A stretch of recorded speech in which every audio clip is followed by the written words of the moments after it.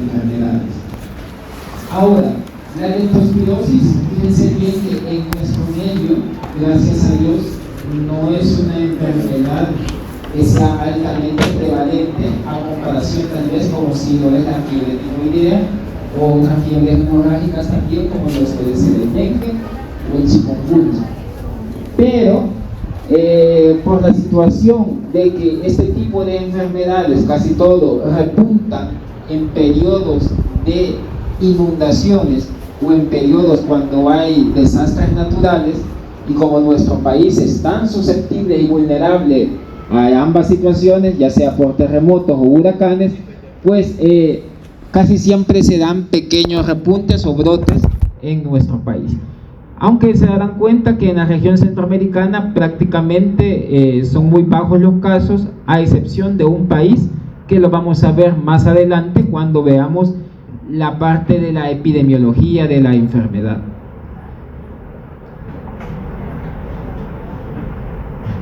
Dentro de los objetivos que vamos a abarcar en esta mañana, pues vamos a ver, fíjense, los agentes etiológicos de la leptospirosis. Estamos hablando en plural, ¿verdad? Ahora decimos que los agentes etiológicos son varios, vamos a tener algunos primordiales, pero hoy en la actualidad, por la clasificación actual que se ha hecho del agente, pues tenemos ya varias especies de leptospira que pueden causar enfermedad en el humano, la patogénesis de la enfermedad, los diferentes cuadros clínicos que presenta la leptospirosis, algunas pruebas de laboratorio, características epidemiológicas sobresalientes, y vamos a explicar también algunas acciones de prevención y control con esta enfermedad. Como en el nombre de la clase está implícito que la enfermedad que vamos a estudiar este día se llama leptospirosis, tenemos en cuenta de que el agente etiológico es una bacteria, una espiroqueta del género Leptospira, ¿verdad? Leptospira. Para los seres humanos, si ustedes se recuerdan, solamente tenemos tres espiroquetas de importancia médica. ¿Se recuerdan ustedes cuáles son esas espiroquetas que causan enfermedades en el humano, aparte de Leptospira? No.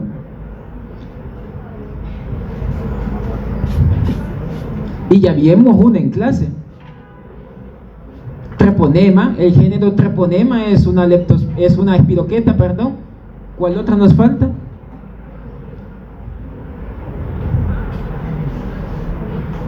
¿Qué otra espiroqueta? Tenemos ya dos: Treponema, Leptospira y Vibrio es un bacilo curvo. Borrelia, ¿verdad? Causante de la enfermedad de Lyme, ¿verdad? Más que todo es una enfermedad porque se da en Norteamérica. Pero a colación pues solamente lo traemos a recordatorio porque esos tres géneros bacterianos tienen esa particularidad de que son espiroquetas, y eso quiere decir que la morfología de la bacteria es que es de forma helicoidal, ¿sí?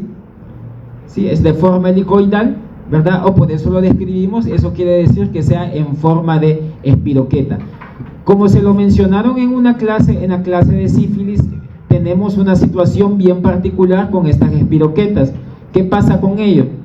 Que son bacterias sumamente delgadas. Si ustedes se fijan acá, solo fíjense cuánto mide de diámetro la bacteria: 0.1 micrómetros. Es sumamente delgada, más, ¿qué quiere decir esta medición que está de acá? Si esto es el ancho, eso es lo largo, pero es una bacteria sumamente larga. Ahora, esta cualidad de que la bacteria sea sumamente delgada hace de que casi sea imperceptible a la microscopía de luz convencional, o sea, la microscopía óptica que nosotros tenemos en el laboratorio. Nosotros podemos teñir a la bacteria por coloraciones como la coloración de Gram, porque también esta bacteria, estructuralmente hablando, tiene una pared celular de una bacteria Gram negativa, pero por ser una bacteria tan delgada, no se colorea bien y también pues casi que por ser delgada se hace imperceptible a la microscopía de luz. Entonces, la microscopía que más se utiliza para ver las espiroquetas, que hasta lo van a ver lo menciona una parte de la discusión que se ha tenido con este tema de sífilis en el laboratorio, es la microscopía de campo oscuro. Entonces, la microscopía de campo oscuro es la que nos es más fácil o útil para poder observar este tipo de bacterias. O también podemos echar de mano de unas coloraciones especiales que vamos a ver más adelante. Ahora, esta bacteria, fíjense que en sus extremos, aunque aquí no está representado, en cada uno de sus polos ella puede presentar ganchos, y estos ganchos le van a servir a la hora de la patogénesis para poder penetrar las membranas mucosas intactas o aquellas membranas o piel que tenga laceraciones o abrasiones. Y también otra situación que le favorece es el movimiento de rotación que tiene ella sobre su propio eje, que decimos que es un movimiento en sacacorcho o en tirabuzón. Es una bacteria aerobia estricta, ¿verdad? Necesita oxígeno para su supervivencia. Crece óptimamente, fíjense que tiene una cualidad bien particular. Las bacterias patógenas para el humano, ¿cuál es la temperatura casi siempre que crecen? Anda por los 37 grados, ¿verdad? Pero en el laboratorio las bacterias de este género Leptospira andan más o menos alrededor de la temperatura ambiente, ¿verdad? De entre 28 a 30 grados ella puede crecer de manera óptima, pero no quiere decir de que no pueda sobrevivir a temperatura de 37 grados, porque si llega al organismo humano, obviamente pues resiste esa temperatura. Ahora, el aislamiento de esta bacteria es una bacteria también sumamente complicada, en el sentido de que con los medios rutinarios que nosotros tenemos en el laboratorio, esta bacteria no se puede aislar en esos medios convencionales, sino son medios altamente enriquecidos con vitaminas, con purinas, con pirimidinas, con ácidos grasos especiales, con el twin, por ejemplo, también. Entonces son varios suplementos pues que se le ponen a estos medios y que lo hacen medios sumamente especializados. Entonces, no quiere decir que la bacteria no se pueda aislar in vitro. Claro que sí, se puede aislar in vitro. A diferencia, por ejemplo, de treponema. Si ustedes se recuerdan, treponema, no hay un medio de cultivo in vitro, ¿verdad?, para su aislamiento. Pero Leptospira sí lo tiene. Lo único que pasa es que darle las condiciones a esos medios de cultivo son sumamente complejas. Y por eso decimos que son medios muy especializados. Ahora, como les decía, que la característica de estas espiroquetas, ¿verdad?, es su movimiento que tienen en forma de tirabuzón o sacacorcho. ¿Se recuerdan ustedes que estas bacterias, las que se pueden mover o que tienen organelos de locomoción, son las que son? ¿Cómo se mueven las bacterias habitualmente? ¿A través de qué estructura bacteriana? De los flagelos, exactos, de flagelos libres. Pero esta bacteria tiene la peculiaridad de que tiene endoflagelos, ¿verdad? Lo podemos conocer como endoflagelos, como fibrillas axiales también en algunos libros, ¿verdad? Y que en este caso Leptospira posee dos endoflagelos, fíjense bien, que bordea toda la longitud de la bacteria. Este endoflagelo o estos dos endoflagelos van anclados, por así llamarlo, de punta a punta. Ahora, ¿por qué se llaman endoflagelos? Porque no son flagelos libres, como lo son en las otras bacterias que hemos estudiado, sino estos endoflagelos están por debajo de la membrana externa de esta bacteria. Entonces, por la contracción de esas fibras o proteínas que tiene estos endoflagelos, ¿verdad?, como la flagelina, pues hace que le permita ese movimiento de rotación sobre su propio eje y que haga ese movimiento en sacacorcho o de tirabuzón. Entonces aquí se puede ver perfectamente en este corte transversal la presencia de, aunque aquí están esquematizados como que fueran varios endoflagelos, pero únicamente Leptospira tiene dos endoflagelos. Porque tiene membrana externa, entonces esta bacteria es una bacteria, decíamos, ¿será gram positiva o gram negativa? Gram negativa, exacto. Otras características especiales que tiene esta bacteria es que fíjense que pueden resistir al frío, pero es sensible al calor y a la acción de los rayos ultravioletas provenientes de los rayos del sol. Esta situación es bien particular también de esta bacteria. Fíjense, no va a poder sobrevivir a medios ácidos. La bacteria casi siempre sobrevive a pH más o menos neutro o alcalino. Como les decía, no se puede observar en un microscopio óptico de luz porque es una bacteria sumamente delgada. Y una característica también bien particular que tiene este género bacteriano es que estas bacterias se pueden mantener viables. ¿Qué quiere decir eso de viables? ¿Cómo? Vivas, ¿verdad? Que están vivas, ¿verdad? En agua pueden permanecer por varios días mientras el agua esté a un pH alcalino, ¿verdad? De alcalino a neutro, ¿verdad? Ahora, esta agua también debe de ser agua dulce, no es agua salada como hemos conocido con otras bacterias que pueden soportar pues concentraciones de cloruro de sodio elevadas. Lo que les mencionaba, ¿por qué tipo de microscopía decíamos que podemos ver las leptospiras? Vean, microscopía de campo oscuro, y aquí se ve perfectamente ejemplificado donde ven ustedes la presencia de esas espiroquetas, ¿verdad? En un fondo de contraste oscuro, y ellas resaltan como estructuras en espiral blanquecinas. En el laboratorio de patología verán que allí sí se pueden utilizar técnicas especiales para poder ver las bacterias, ¿verdad? Esta que vemos acá es una biopsia a partir de un riñón de un paciente que murió, ¿verdad? Por leptospirosis, propiamente de una necropsia como tal, ¿verdad? Y aquí se ven muy bien las espiroquetas. ¿De qué color las ven? ¿Cómo?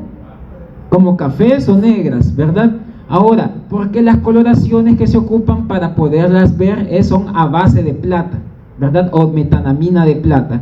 Entonces, pero obviamente esas son técnicas de coloración especiales que tal vez ustedes, como pueden ser como futuros patólogos, las pueden emplear para poder ver eso en cortes histológicos. Ahora, la taxonomía de esta bacteria relativamente antes era un poco más sencilla como la tenemos actualmente. Siempre seguimos manteniendo de que es una bacteria que pertenece al orden de los espiroquetales, a la familia Leptospiraceae, ¿verdad? Y al género Leptospira.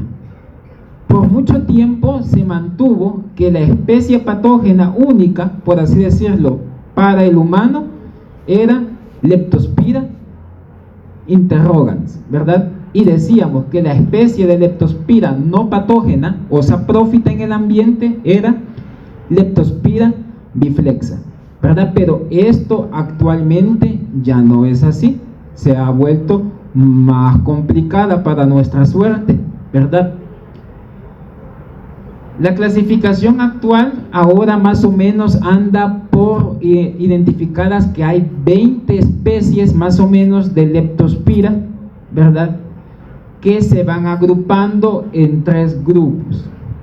Tenemos el grupo 1, que son las patógenas, el grupo 2, que también se le conoce como patógenos intermedios, y el grupo 3 como grupo no patógenas o que son saprófitas.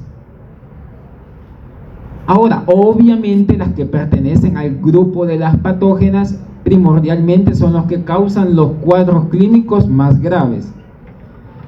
Y si nos vamos más acá donde está marcado esta parte de acá, estas tres en particular son las que causan la mayoría de los cuadros clínicos graves. Las que son del grupo 2 o patógenos intermedios causan cuadros clínicos leves, y obviamente las que son saprófitas pues no van a causar enfermedad en el humano. Ahora,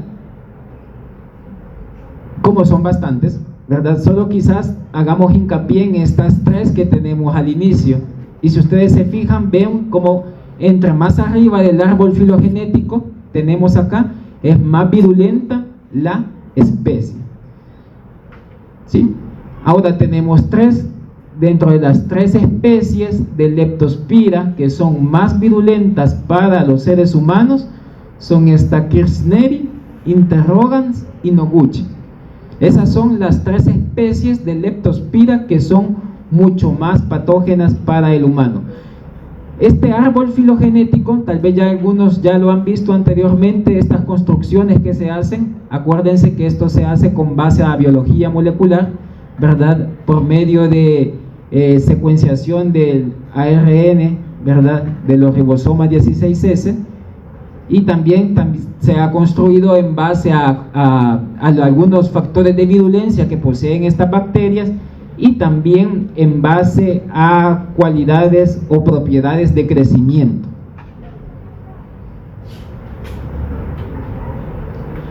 Vamos a hablar un poquito de manera general cómo es que causa los diferentes daños esta bacteria en el cuerpo, en el ser humano. Lo primero es que la bacteria suele estar presente en la orina de algunos mamíferos, ¿verdad? Y esta orina suele contaminar más que todo lo que son fuentes de agua. ¿Qué tipo de agua habíamos dicho? Agua dulce, ¿verdad? No es agua salobre, es agua dulce. O también puede contaminar suelos. Ahora, si un individuo está en contacto con estos cuerpos de agua, sus membranas mucosas, o también su piel, pero más que todo la piel que tenga abrasiones o heridas, entonces la bacteria puede entrar por penetración activa, ¿verdad? Dentro de esas abrasiones de piel o de mucosas, e incluso, como les decía, puede llegar a penetrar mucosas intactas. ¿Cuáles mucosas intactas, por ejemplo, usted cree que son vulnerables para que pueda penetrar una bacteria? Por ejemplo, cuando usted está zambutido en un cuerpo de agua dulce como un lago, las mucosas nasales, las conjuntivas, ¿verdad? E incluso el que le gusta, que hace hasta gárgaras de agua, gárgaras en el lago, ¿verdad? En la mucosa de la boca. No es necesario que esa mucosa esté lacerada, pero si estuviera lacerada, ulcerada, o que hay una pérdida de continuidad de esa mucosa, lo hace doblemente más predispuesto. Y no se diga si también la piel tuviera laceraciones, heridas o abrasiones. Entonces, por ese mecanismo que habíamos dicho, que el movimiento de rotación en sacacorcho y la presencia de, ¿qué era lo que tenía? Los ganchos, ¿verdad? Ese gancho puede penetrar la piel o las membranas mucosas y alcanzar lo que es la circulación sistémica. Ahora, vamos a ver que dentro de la patogenia de la leptospirosis sí se pueden establecer dos fases, ¿verdad? Por eso decimos que es una enfermedad bifásica, porque se pueden establecer dos fases. Una fase de leptospiremia, que quiere decir cuando la bacteria está pasando en sangre, y una fase inmune o de leptospiuria, es decir, cuando la bacteria ya estimula lo suficientemente al sistema inmune para que sean generados anticuerpos y estos puedan ser detectables. Y otra situación es porque también en esta fase ya se puede empezar a excretar la bacteria en la orina. ¿A orina de qué animales habíamos dicho? no dije ratas, mamíferos, ¿verdad? Ya vamos a hablar de las ratas más adelante. Entonces, cuando la bacteria alcanza la circulación sistémica, ella posee múltiples hemolicinas, ¿verdad? Dentro de ellas puede poseer unas hemolicinas como una fosfolipasa C, ¿verdad? Que puede alterar en alguna manera la membrana de los eritrocitos y causar lo que es lisis y destrucción de los eritrocitos en la circulación y causar lo que es una anemia hemolítica, ¿verdad? Ahora, como puede haber anemia hemolítica porque hay destrucción de esos glóbulos rojos, se va a estar generando mucha cantidad de qué elemento de la sangre que está en el interior de los glóbulos rojos. ¿De qué? De hemoglobina, ¿verdad? Entonces, la hemoglobina, ustedes saben cómo se excreta. ¿Cómo elimina el cuerpo la protoporfirina de esa hemoglobina? ¿Verdad? Por medio de la bilirrubina. Entonces, obviamente, los niveles de bilirrubina van a ir subiendo, ¿verdad? Hasta producir ictericia. Ahora, esa ictericia no es únicamente debida a la hemólisis que hay de los glóbulos rojos, sino también al daño hepático que la bacteria también puede alcanzar. Después de que esta bacteria pasa por la circulación sistémica, obviamente ella puede llegar a invadir varios órganos. Ahora, se dice de que esta bacteria posee esta enzima, que es una hialuronidasa, que es la que le permite prácticamente difundirse o penetrar la mayoría de los tejidos, porque ustedes se recuerdan de que degrada el ácido hialurónico que está presente en el tejido conectivo. La bacteria se dice que tiene un tropismo por ciertos órganos. ¿Cuáles órganos menciona? El riñón, el hígado y el músculo esquelético, provocando en esos órganos lo que es una anoxia tisular. Si ustedes se recuerdan, la anoxia tisular es una situación de que no hay una perfusión adecuada, ¿verdad?, de los tejidos, ¿verdad? No llega el oxígeno suficiente. Se cree de que es porque la bacteria causa lesiones en la microvasculatura, donde se da el intercambio gaseoso en los tejidos, ¿verdad? Y por eso causa esa anoxia. Ahora, cuando estos órganos, primordialmente ya sea el riñón o el hígado, también pues puede llegar a causar lo que es una situación que es la ictericia, ¿verdad? Y también insuficiencia renal en los casos más complicados. Ahora ustedes verán que esta fase inmune de la enfermedad o fase de leptospiuria pasa alrededor más o menos 5 a 7 días después de haber iniciado la fase de leptospiremia. No sé si tienen alguna duda.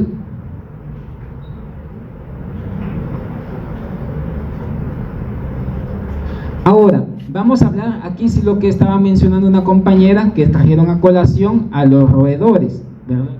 El ciclo de transmisión de esta bacteria de Leptospira, habíamos dicho de que se encuentra primordialmente en la orina que excretan los mamíferos, ¿verdad? Los mamíferos. Ahora, ¿por qué? Porque hay situaciones que se desconocen hasta el momento. ¿Por qué pueden estar presentes crónicamente la bacteria en los túbulos contorneados distales de la nefrona de esos mamíferos? ¿Por qué pasa esa situación? No lo sabemos, pero puede permanecer viable allí. Y si queda implantada la bacteria en la nefrona, entonces ¿qué va a pasar? Se va a poder excretar en la orina de esos animales. Ahora, en las poblaciones urbanas o rurales, casi siempre los roedores, en este caso pues los ratones o las ratas, ellos son los principales como reservorios de esta enfermedad, ¿verdad? Ellos van a tener en su orina, ¿verdad? Van a estar excretando en su orina grandes cantidades de leptospira, ¿verdad? En lo que van a estar colonizando crónicamente. ¿Qué parte dijimos?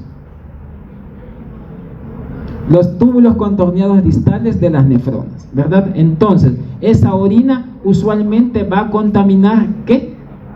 Cuerpos de agua, llámese ríos, llámese lagos, ¿verdad? Más que todo.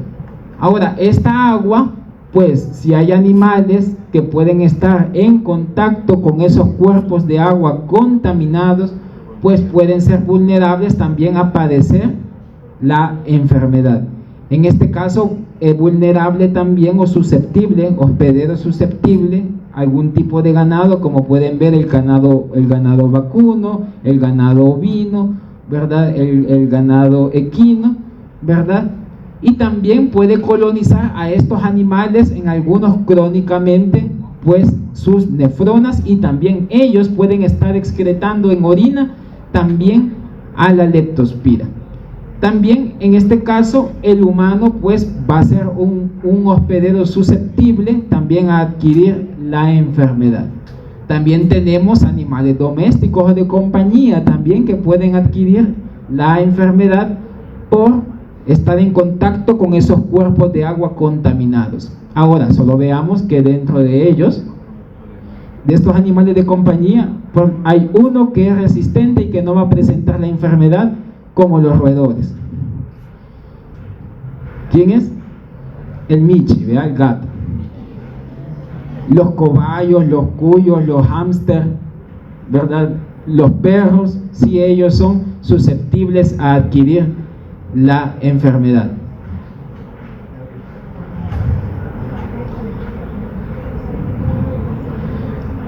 Ahora vamos a mencionar algunas de las manifestaciones clínicas, ¿verdad?, de esta enfermedad, de la leptospirosis, que vamos a ver que tiene un periodo de incubación relativamente un poquito largo, anda alrededor dentro de 1 a 2 semanas. Ojo, la mayoría de los casos de leptospirosis son relativamente leves o son a veces también asintomáticos. Una situación bien llamativa es que cuando dan estos cuadros clínicos de leptospirosis es que esta es una enfermedad que se caracteriza por la aparición de fiebre, pero es una aparición súbita de la fiebre, ¿verdad? Más o menos andaría alrededor de 38, 38,5 esa fiebre o más. Como les decía, ¿por qué decimos que es una enfermedad, la leptospirosis, una enfermedad bifásica? Porque podemos establecer 2 fases como tal. La fase leptospirémica, que era la que la bacteria está en sangre, circulando en sangre. Y fíjense, como la bacteria está circulando en sangre, en esta fase es que debe de aparecer la fiebre. Los picos febriles se van a dar dentro de estas fases, o sea, más que todo dentro de la primera semana de evolución de la enfermedad. Y después tenemos la otra fase, que era la fase inmunitaria, o ¿qué otro nombre le podríamos dar a la fase inmunitaria? Leptospiúrica, ¿verdad? ¿Por qué? Porque también, a la vez de que está estimulando al sistema inmune para que produzca anticuerpos, también al mismo tiempo la bacteria se está excretando en la orina. La diferencia a veces no se puede establecer en que aquí empieza la primera fase leptospirémica y después empieza la fase de leptospiuria o inmunitaria. Hay situaciones en que los cuadros clínicos no dan exactamente esa naturaleza bifásica de la enfermedad. Hay pacientes que únicamente pueden presentar la fase leptospirémica y no la fase inmunitaria, y hay pacientes que ni siquiera pueden dar manifestaciones tan relevantes como la fiebre en la fase leptospirémica y pasa rápidamente a una fase inmunitaria. Bueno, y esto que era, quizás se ve aquí ya un poco mejor ampliado. Dígame.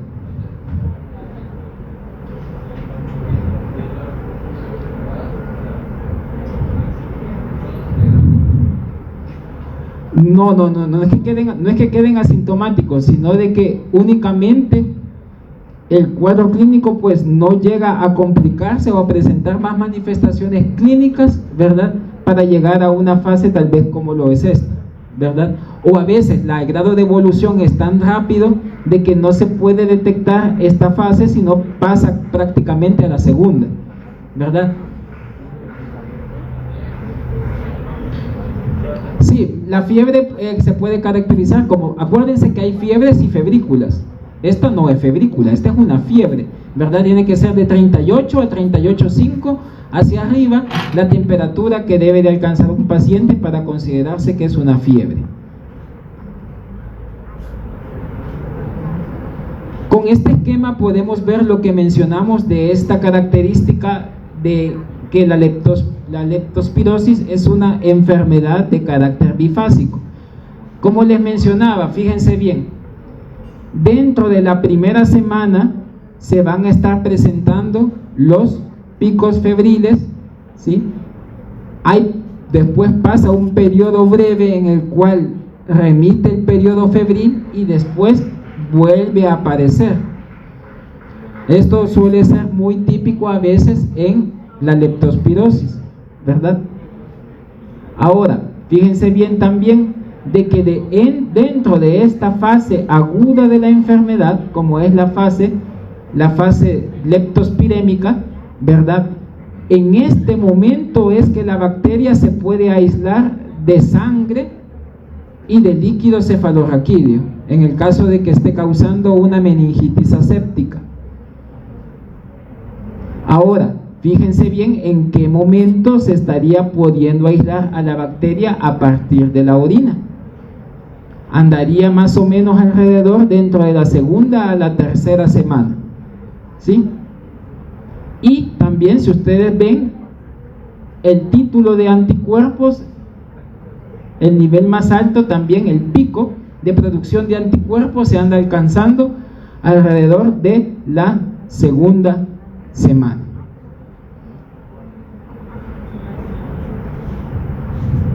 Entonces, por eso se dice aquí que los cultivos de sangre se deben de realizar prácticamente dentro de la primera semana, y si fuera cultivo para el líquido cefalorraquídeo, dentro más o menos al finalizar la primera y casi la segunda, ¿verdad?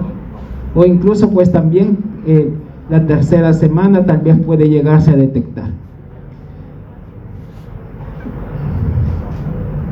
Vamos a ver de que el estudio, más que todo en la parte de diagnóstico, vamos a ver que en nuestro medio los cultivos casi no son muy utilizados, sino más que todo hacemos una interpretación serológica de los resultados pues que nos va a proporcionar el laboratorio.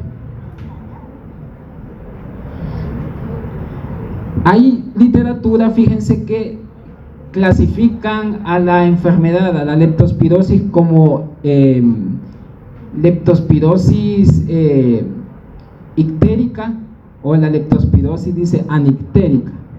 Si decimos una leptospirosis anictérica, ¿a qué creen que nos estamos refiriendo? Que no hay ictericia, exacto. Y la leptospirosis pues ictérica pues es la que tiene ictericia, y usualmente es la que relacionan los médicos a que es la enfermedad más grave.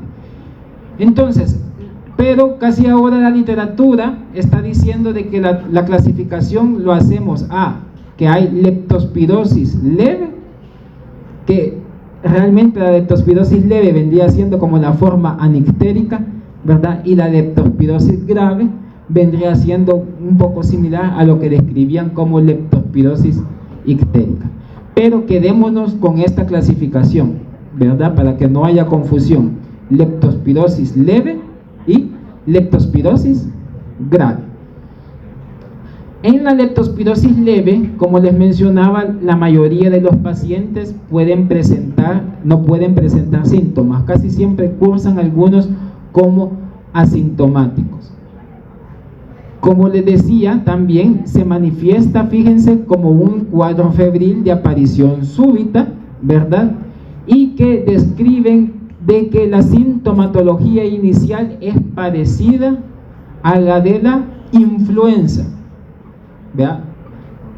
para que no digan que es la gripe que conocemos como resfriado común, ya eso lo habíamos discutido alguna vez, ¿verdad?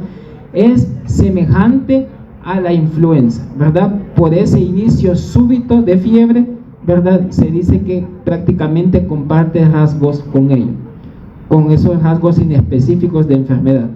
Puede haber también escalofríos, dolor de cabeza, náuseas, vómito, dolor abdominal y sufusión conjuntival y mialgias.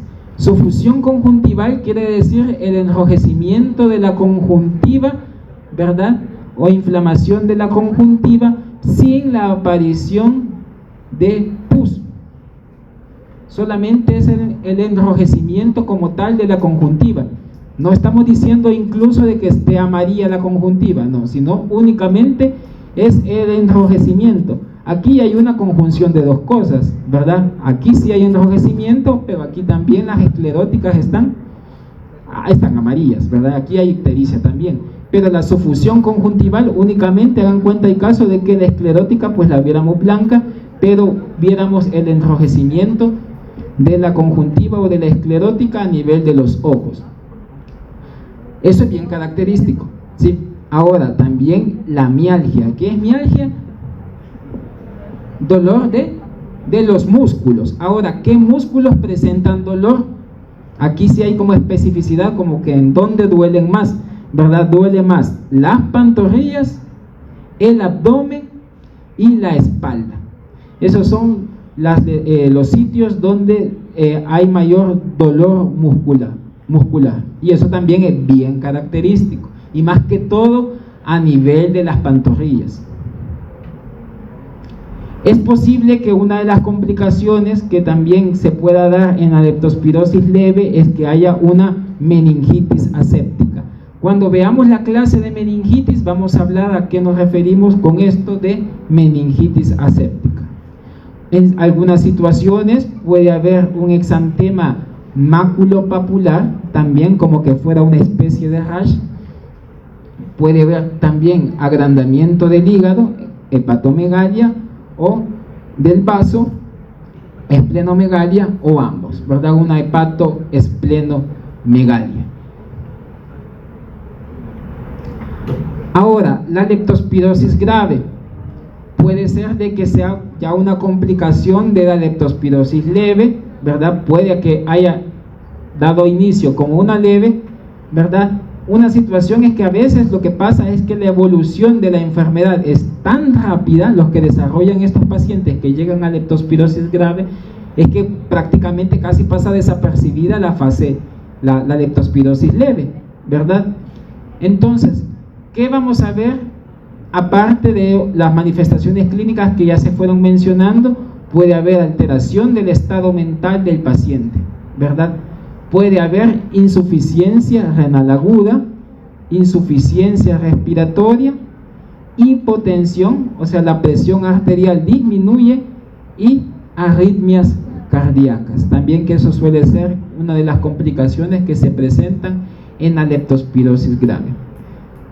Ahora, de manera general podemos decir de que el síndrome de Weil, fíjense que se manifiesta por una triada de hemorragia, ictericia y nefropatía aguda. Esa triada es la característica de que va a presentar la enfermedad de Weil. Hay libros también que describen que la enfermedad de Weil o el síndrome de Weil es la enfermedad más grave, ¿verdad?, que hay de la leptospirosis. Y realmente sí, en realidad es lo más grave que hay.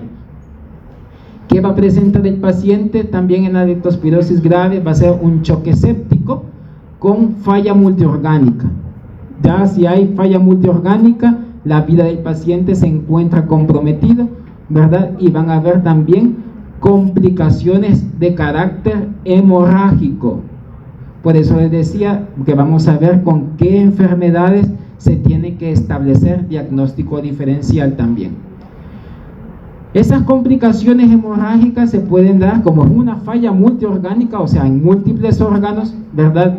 Se puede ver a partir del pulmón. Si hay hemorragia en los pulmones, ¿cómo creen ustedes que se puede manifestar esa hemorragia a nivel pulmonar? Con hemoptisis, exacto, ¿verdad? Con hemoptisis. Y si hay una hemorragia a nivel del tracto digestivo, ¿cómo creen ustedes que va a manifestarse?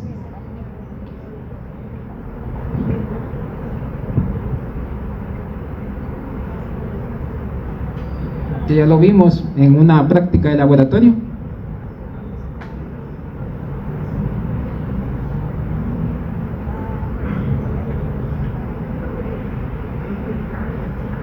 Hasta fue pregunta de un corto.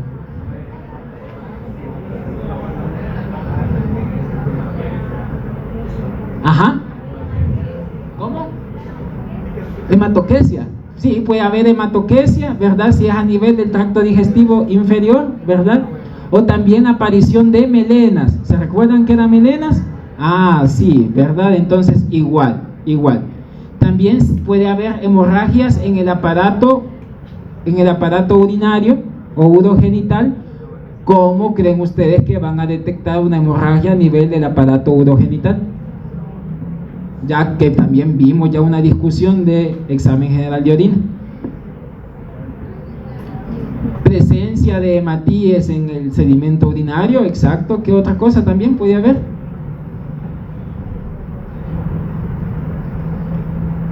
En la tira reactiva, ¿qué se detecta también?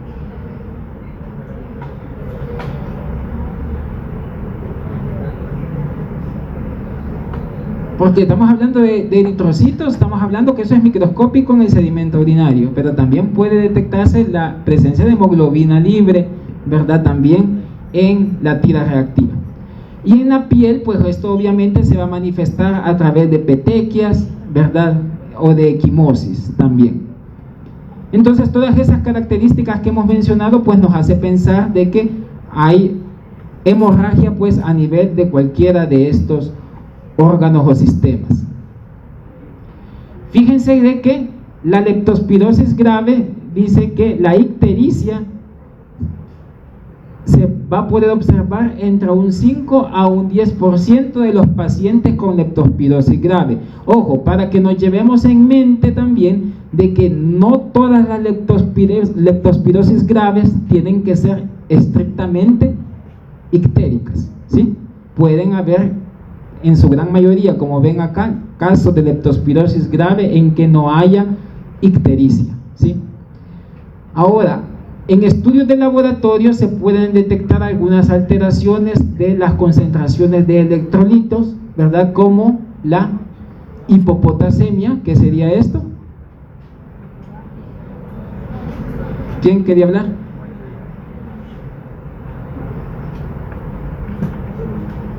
¿Usted? ¿O quién? ¿Usted quería hablar? Ah, bajas concentraciones de potasio, sí. ¿E hiponatremia? De sodio, ¿verdad? De sodio.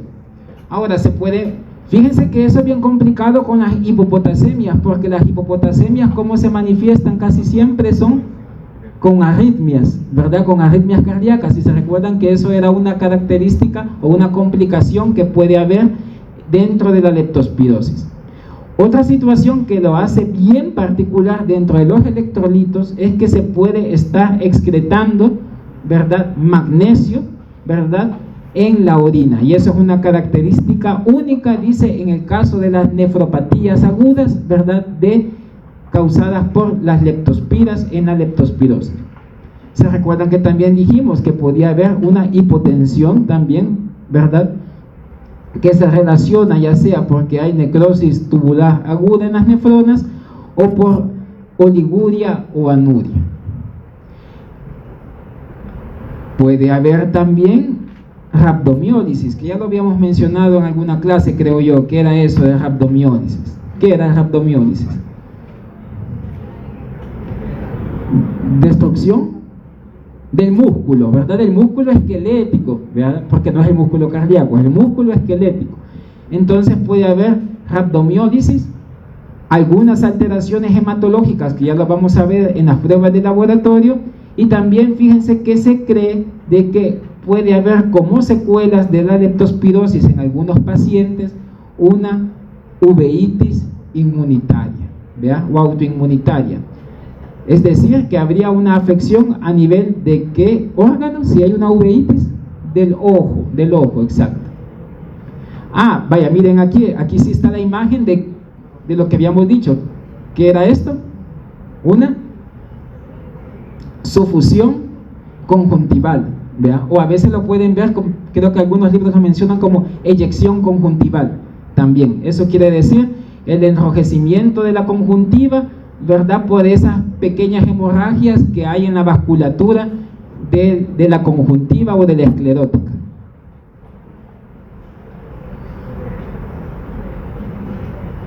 Lo que les mencionaba, tenemos que prestarle atención con qué enfermedades tenemos que establecer diagnóstico diferencial a la hora de tener una suposición de leptospirosis o que el paciente tenga leptospirosis.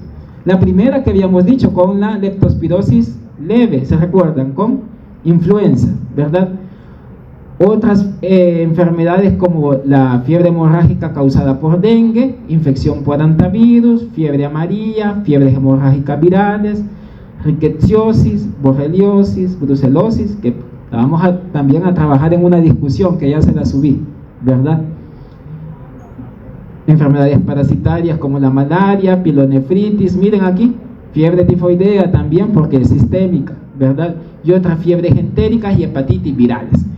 Las hepatitis virales igual porque también hay algunas hepatitis que cursan con ictericia. Entonces, dentro de todo este panorama o de este espectro hay que prestarle atención quizás a 3 enfermedades hemorrágicas, ¿verdad? A la hora de que haya hemorragias en el individuo que tenga leptospirosis grave, ¿verdad? Más que todo en nuestro medio, pues hay que prestarle atención con las fiebres hemorrágicas causadas por dengue, aquí en el país, ¿verdad? Ahora, rickettsiosis casi no tenemos, por lo menos aquí, datos epidemiológicos. Es probable que sí haya, lo que pasa es que no son diagnosticadas, ¿verdad? Y las infecciones por hantavirus también pueden ser, son infecciones que se caracterizan por hemorragias. Entonces hay que prestarle atención a estas 3 enfermedades, ¿verdad? Más que todo para establecer el diagnóstico diferencial. Ahora, tenemos que usar pruebas de laboratorio como para afianzar el diagnóstico, y dentro de ellas vamos a tener el hemograma, que ya lo vimos también en varias clases. ¿Qué parámetros tenemos que evaluar? Primero, pues la línea blanca, o sea, los glóbulos blancos o leucocitos.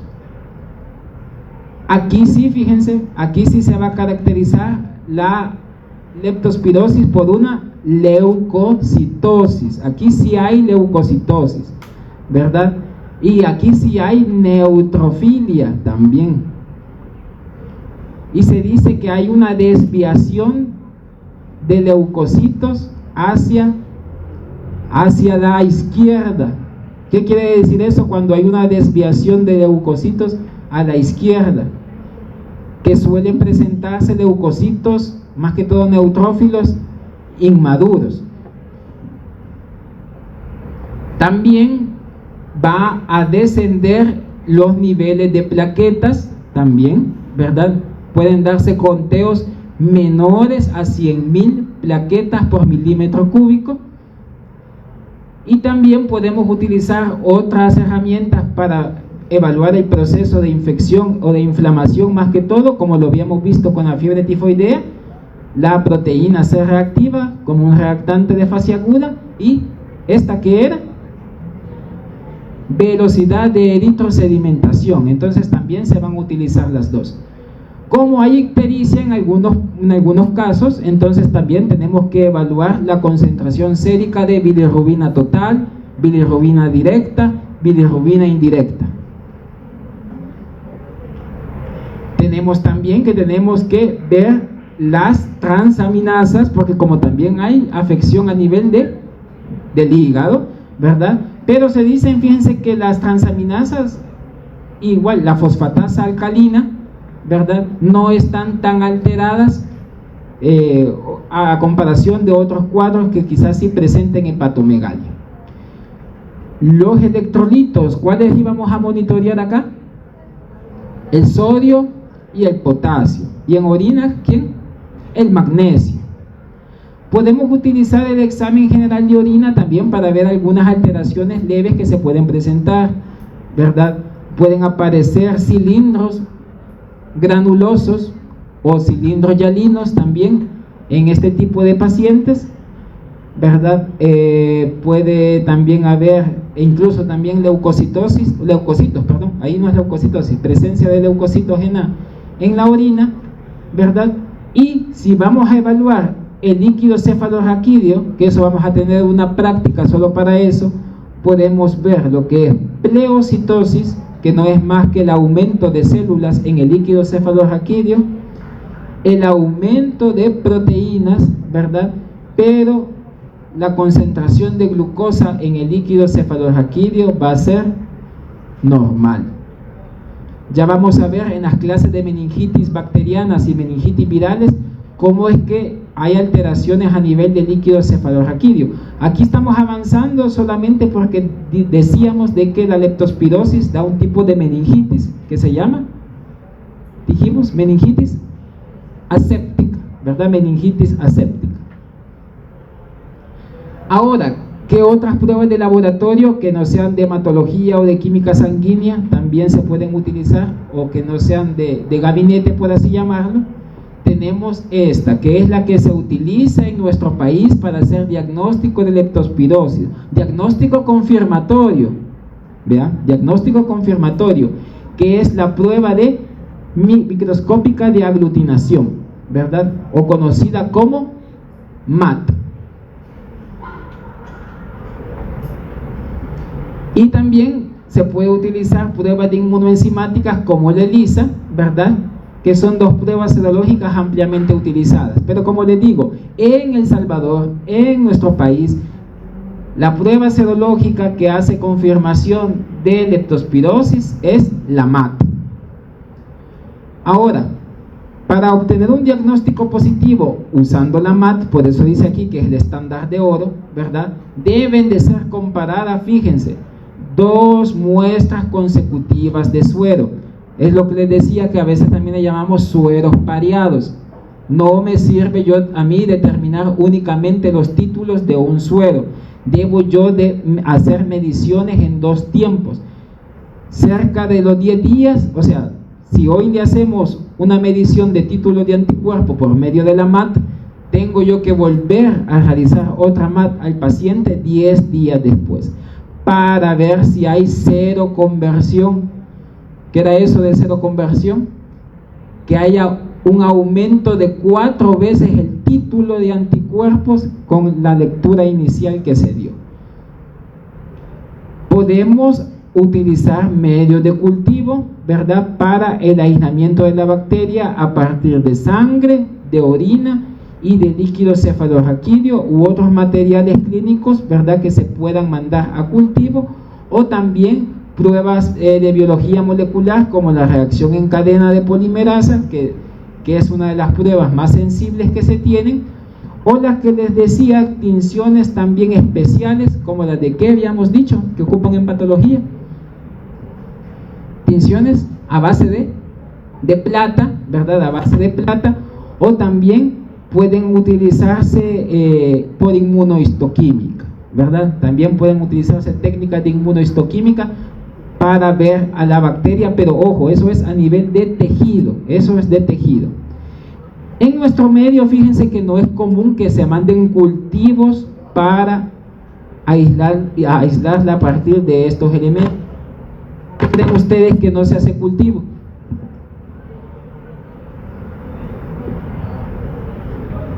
¿Por qué? Requiere medios especiales, requiere equipo sofisticado, porque todos los laboratorios tendrían que tener prácticamente microscopía de campo oscuro, ¿verdad? Necesitarían incubadoras especiales, los medios altamente especializados para el aislamiento, y eso no lo tienen todos los laboratorios. apenitas lo tiene el laboratorio central, y ese es el único laboratorio de referencia. Óigase bien, la MAT, que es la prueba estándar de oro, no la hace ningún otro laboratorio en el país más que el Laboratorio Nacional de Referencia. Y hasta hay un modelo de boleta que ya se la voy a enseñar para mandar esa muestra para el análisis. Lo que les decía sobre esto de las muestras pareadas al hacer una MAT, pues ustedes ven ahí en qué momento se debe de hacer esta toma de la muestra, ¿verdad?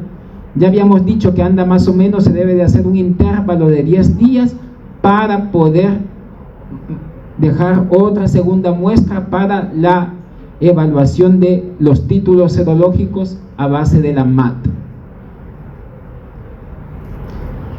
Esto es cuestión técnica de laboratorio, ¿verdad? Cómo el profesional de laboratorio lo hace, ¿verdad?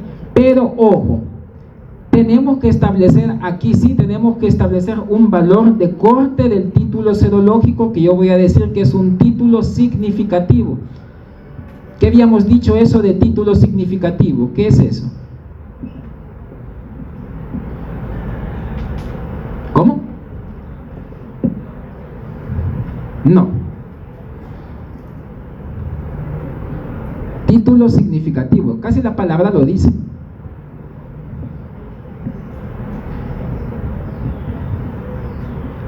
Es el título que nos va a servir como valor de corte para saber si esa prueba es relevante o no. Porque imagínense, le hacen una MAT a un paciente y expresa un título, o sea, una MAT positiva, un título 1 en 20, ¿tendrá relevancia clínica tal vez esto? No lo tiene, ¿verdad? No lo tiene. Pero si ya tiene un título ya de aquí, por eso está marcado con este asterisquito, 1 en 160, entonces sí ya es relevante, y no se diga si dan títulos serológicos mayores. Y como les decía, en el laboratorio, pues para hacer también la MAT se debe de ver la bacteria en microscopía de campo oscuro. Fíjense de que, bueno, en el laboratorio los del grupo A me pueden entender más o menos, de los que hemos hecho una reacción de floculación, ¿verdad? Que vimos unos grumitos, ¿verdad? Esa reacción de floculación 1 a las de aglutinación, pero eso se puede ver macroscópicamente. Estas reacciones que son de aglutinación hay que utilizar el microscopio de campo oscuro para poder ver la aglutinación, y lo que se utiliza como antígeno es la bacteria viva. O sea, el laboratorio central debe de tener la bacteria viva para poder hacer la MAT y ponerla en contacto con el suero del paciente para ver la aglutinación que ya vimos en unas imágenes. Nuestro país, antiguamente, porque desconozco ahorita cómo está la situación con los cambios recientes en el ministerio, tenía 24 serobares que podía probar para saber qué serobar era el que tenía un paciente con sospecha de leptospirosis. Esto pues la OMS le dictamina a cada país los que debe de manejar dentro de sus laboratorios, ¿verdad? Y ahí pues le va a expresar el título y la dilución a la cual pues se dio esa reacción positiva al MAT, si en un dado caso sale positiva. En la clasificación taxonómica no les había mencionado lo de los serobares, ¿sí? Pero ¿qué interés tiene para los médicos saber qué serobar de leptospira está causando un cuadro de leptospirosis? Les sirve porque por medio de ese serobar más o menos puede intuir qué animal, porque esta es una zoonosis también, ¿qué animal pudo haberle transmitido la enfermedad al ser humano, o a qué tipo de orina de animal se pusieron en contacto esos pacientes? Entonces, por eso vemos acá, estos son unos ejemplos, ¿verdad? Por ejemplo, si es el serobar Pomona o Bratislava, probablemente haya entrado en contacto el paciente con una orina proveniente de un cerdo. El serobar Canícola y el Icteromorragie de los caninos, de los perros, ¿verdad? de los animales rumiantes como las vacas, ¿verdad? Este serovar, arjo, y el de los roedores también puede ser icteromorragia o gripotifosa. Entonces, con eso es la importancia prácticamente epidemiológica que a ustedes como médico le puede interesar saber qué serovar es el que está. Como les decía, los exámenes directos que prácticamente se hacen a nivel de tejido. ¿Qué tejido pueden ustedes utilizar como médico o patólogo para hacer tal vez un diagnóstico post-mortem de leptospirosis? De hígado, de riñones. ¿Qué más? De músculo. ¿Cuál músculo biopsiar? Sí, el esquelético, pero ¿cuál particularmente? Las pantorrillas, ¿verdad? Las pantorrillas. Pero casi siempre lo que suelen hacer, pues, por razones obvias, es casi siempre para esos estudios post-mortem, biopsia de hígado, ¿verdad? Y es lo mismo que vimos en la diapositiva al inicio.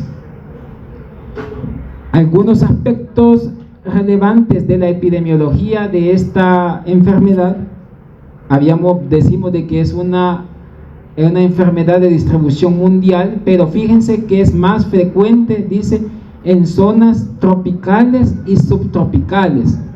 Y en nuestro país, obviamente nosotros estamos en una zona tropical.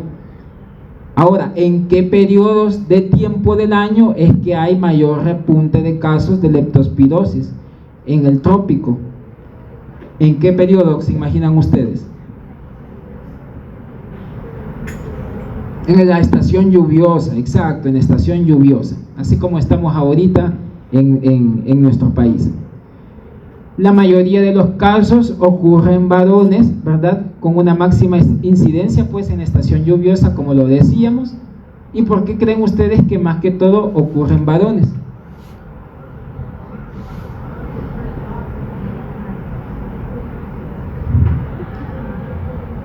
Es una cuestión profesional, ¿verdad? Por la ocupación que más o menos los varones tienen, y ya vamos a mencionar cuáles son, ¿verdad?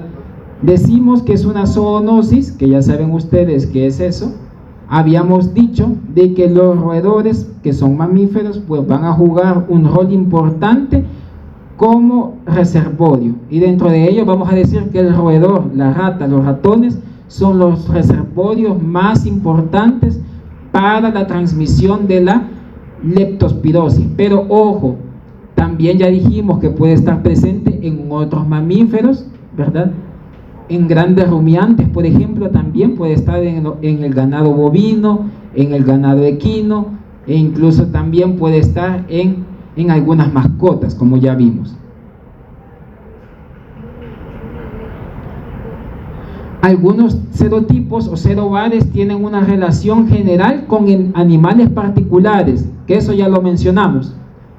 ¿Se recuerdan que serovar, por ejemplo, era el que transmitía probablemente el reservorio, que podía estar relacionado a ese serovar? En el caso de los perros, canícola, ¿verdad? ¿Se recuerdan? Y en el de los cuchitos, pomona, ¿verdad? O bratislava, ¿verdad? Y en los grandes rumiantes, ¿cuál decíamos? Arjo, ¿verdad? Un poco complicado, ¿verdad? El serovar. Ojo, también habíamos dicho, el agua dulce es el principal vehículo de transmisión de la leptospirosis, ¿verdad? Puede ser los cuerpos de agua, como habíamos dicho, lagos, lagunas, ¿verdad? Ríos, pero que sean de agua dulce, ¿verdad? No hay agua salobre que intervenga acá. Y fíjense bien que se dice de que las personas que practican deportes lúdicos o recreativos en cuerpos de agua son los que más se exponen a padecer leptospirosis, ¿verdad? Los que practican natación, pero la natación, llámese en aguas naturales, ¿verdad? No en piscinas, porque en las piscinas, ¿qué pasa? Están cloradas, están tratadas, ¿verdad? Pero los que practican la natación, los que practican ¿cómo se llama? El motoesquí, ¿verdad? Los que andan en motoesquí, los que hacen remo, ¿verdad? Exacto. Entonces, todos ellos que practican deportes lúdicos o recreativos en cuerpos de agua se vuelven propensos a adquirir esta enfermedad. Y hay ciertos grupos laborales que tienen un alto riesgo particular de contraer la leptospirosis. ¿Quiénes creen ustedes? ¿Qué profesiones creen que son más relacionadas a padecer leptospirosis? ¿Los fontaneros o las personas que trabajan en los alcantarillados? ¿Quién más? Los ganaderos, ¿verdad? Las personas que participan en actividades agrícolas. ¿Quiénes más? ¿Ah? La pesca, exacto, los que practican la pesca, pero pesca en agua dulce. ¿Quién más? Nos falta uno, quizás más relevante. Los veterinarios, ¿verdad? Ellos. Los veterinarios están expuestos a fluidos de animales, ¿verdad? De orinas, ¿verdad? De algunos animales, e incluso van a ver ustedes en la discusión que vamos a tener la otra semana, como ellos también son vulnerables a adquirir también la brucelosis por cuestiones de los reservorios.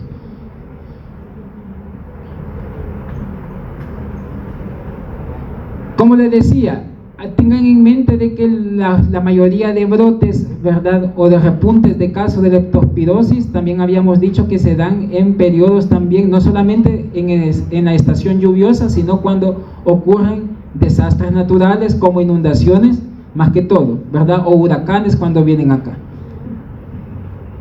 Ahora, esto es lo más actualizado que yo pude encontrar de información por la OEPS, seguí buscando y de aquí tampoco hay por lo menos disponible en línea, ¿verdad?, para dar un número certero de casos confirmados, no sospechosos, sino casos confirmados de leptospirosis. Ahora, en el continente americano, el primer país que tiene la mayor cantidad de casos es Brasil, ¿verdad?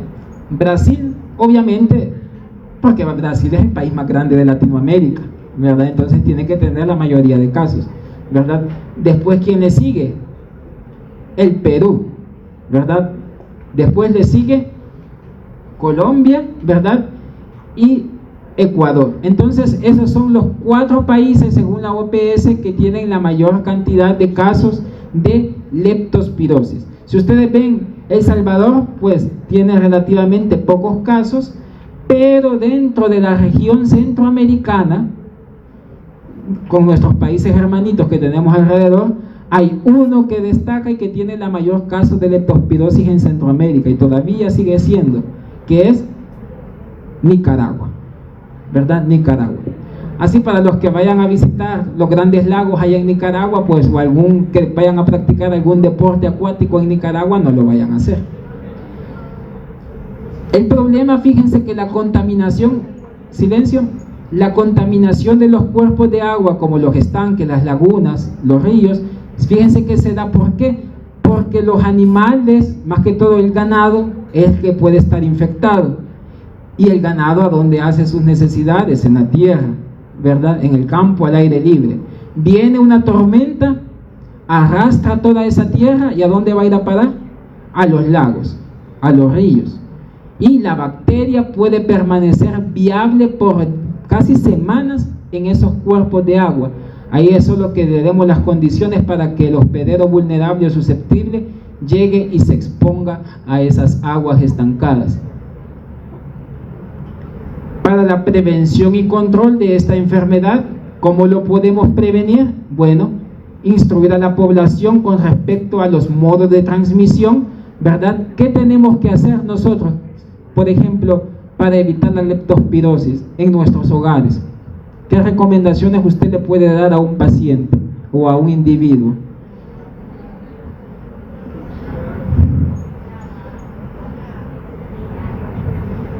Ah, la compañera dice, lavar la superficie de las latas, dice.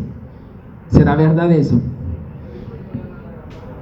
Es que no sabemos a dónde se guardan las latas, ni las cervezas, ni la coquita, ni nada, ¿verdad? O a la pupusería donde usted va, le destapan la Coca-Cola, o usted destapa la cerveza y la lata, pero usted no sabe y pone directamente la boca allí.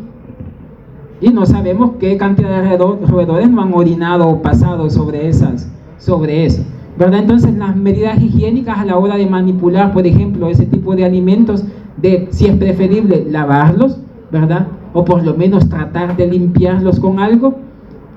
Mantener la comida, por ejemplo, guardada, ¿verdad? No debe de estar expuesta, debe de estar en las alacenas o en los toppers que les corresponden para tener almacenada esa comida. También pues el consumo de agua potable, también deberíamos de garantizar el consumo de agua potable. Proteger a los trabajadores con riesgo ocupacional, más que todo pues a los ganaderos, granjeros y médicos veterinarios, ¿verdad? El control de roedores en las viviendas urbanas o rurales, ¿verdad? Y también se deben de regular pues este tipo de roedores también en instalaciones de recreo, más que todo donde hay agua. Rodenticida es lo que le llamamos en general al veneno. ¿Cómo lo conocemos nosotros coloquialmente? Racumín, ¿verdad? O el matarrata. Pero usted le va a decir que es un tipo de rodenticida, ¿verdad? Para poder eliminar estos roedores. Fíjense que hay que segregar, dice, a los animales domésticos infectados. Si el veterinario hace diagnóstico, por ejemplo, en algún caso de leptospirosis a su animalito de compañía, llámese, ¿quién sería? ¿El chucho o el gato? No, solo uno dijimos, ¿verdad? El perro, ¿verdad? El perro puede ser, ¿verdad? Entonces, segregarlo quiere decir a que hay que apartarlo del contacto humano, ¿verdad? Mantenerlo aislado, que cumpla su tratamiento y obviamente tener cuidado con las excretas de esos animales, más del perro, pues su orina más que todo. También pues la vacunación de animales de granjas y si es posible también de mascotas, porque si hay vacunas, pero ojo, óigase, son vacunas con uso veterinario, no son vacunas de prevención para la leptospirosis en humanos, porque no la hay, sino es para mascotas o para animales de granja. ¿Qué otras situaciones? Precauciones para el manejo de la sangre y de líquidos corporales, como implementación de medidas de bioseguridad en los laboratorios, desinfección de artículos contaminados con orina, que era lo que mencionaba la compañera que podíamos hacer en nuestros hogares. En caso de epidemias hay que buscar la fuente de infección, ¿verdad? Saber a dónde probablemente estaba ese ganado, por ejemplo, infectado, ¿verdad? Y que ha contaminado las fuentes de agua. Y ya lo que habíamos dicho, las repercusiones son bien desastrosas, pues en el caso de inundaciones y en huracanes, porque se imaginan que si un lago está contaminado con leptospirosis, o un río dado, por ejemplo, el Lempa, contaminado puede estar con leptospira, se imagina en los periodos de inundación que eso se sale de sus cauces, los ríos de sus cauces, los lagos salen de sus cauces, toda la gente entra en contacto con esa agua contaminada y por eso viene el repunte de los casos. Si más no me equivoco, creo que esta es una foto del Mitch, allá en el 95, ¿verdad? Que también hubieron varios casos de leptospirosis. Bueno, no sé si tienen alguna duda referente a la clase, dígame.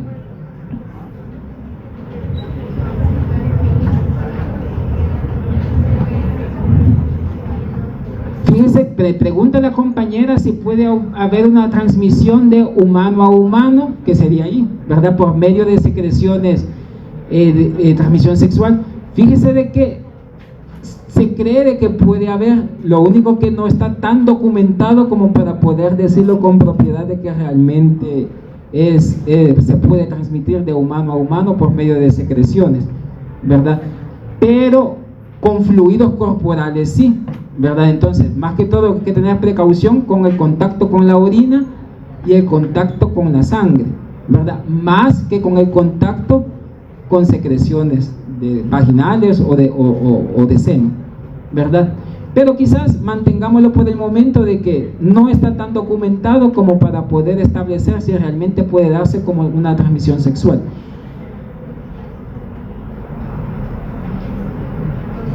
Pero para una relación sexual oral, si decimos de que no está determinado de que haya presencia de semen o de secreciones vaginales, también, pero ya esas son prácticas sexuales que salen un poco de la norma, ¿verdad? Que ya esté en contacto con orina y sí, ya es un poquito más complicado, ¿verdad? A fin de cuentas, lo que pasa, como les digo, es tener o evitar el contacto con ese tipo de secreciones, ¿verdad? Más cuando sepamos de que es un paciente diagnosticado con esa patología. ¿Otra pregunta? Vaya, preguntaba la compañera, ¿cuál es la triada característica para la enfermedad de Weill? Ictericia, hemorragia, ¿verdad? Y nefropatía o nefritis aguda, ¿verdad? Esa es la triada característica. ¿Otra pregunta? Bueno, nos vamos a quedar hasta acá entonces.